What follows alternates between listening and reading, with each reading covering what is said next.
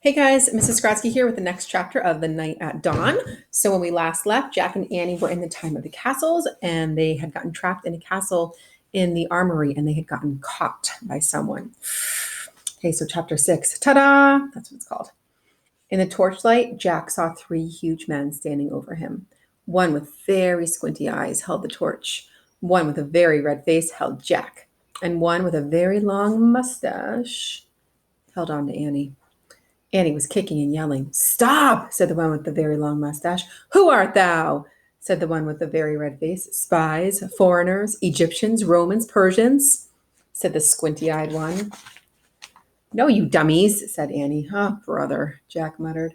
"Arrest them," said Redface. "The dungeon," said Squinty Eyes. The guards marched Jack and Annie out of the armory.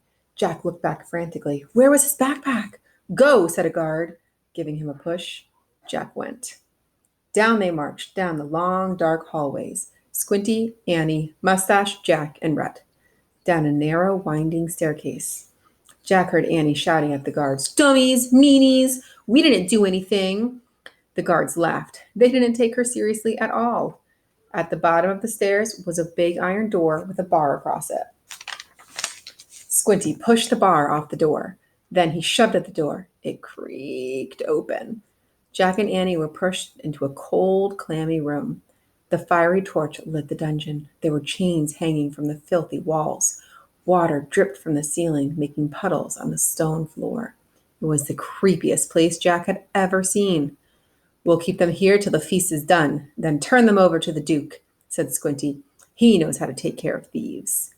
"There will be a hanging tomorrow," said Mustache. "If the rats don't get them first," said Red. They all laughed. Jack saw that Annie had his backpack. She was quietly unzipping it.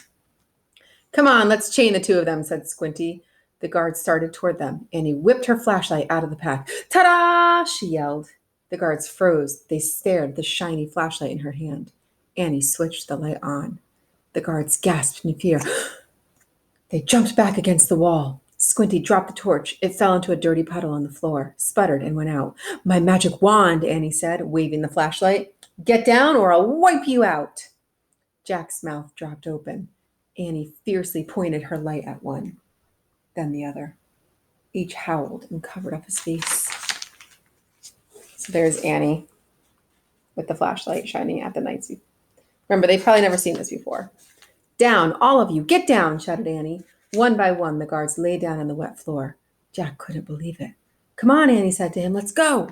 Jack looked at the open doorway. He looked at the guards, quaking on the ground. "Hurry," said Annie.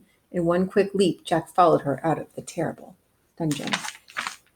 That's the end of the chapter. All right, quick chapter recap.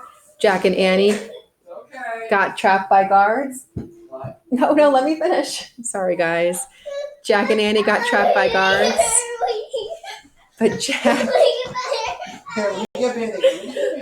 But Annie had the flashlight and called it a magic wand and scared them away. Sorry, guys. I'll see you tomorrow with the next chapter.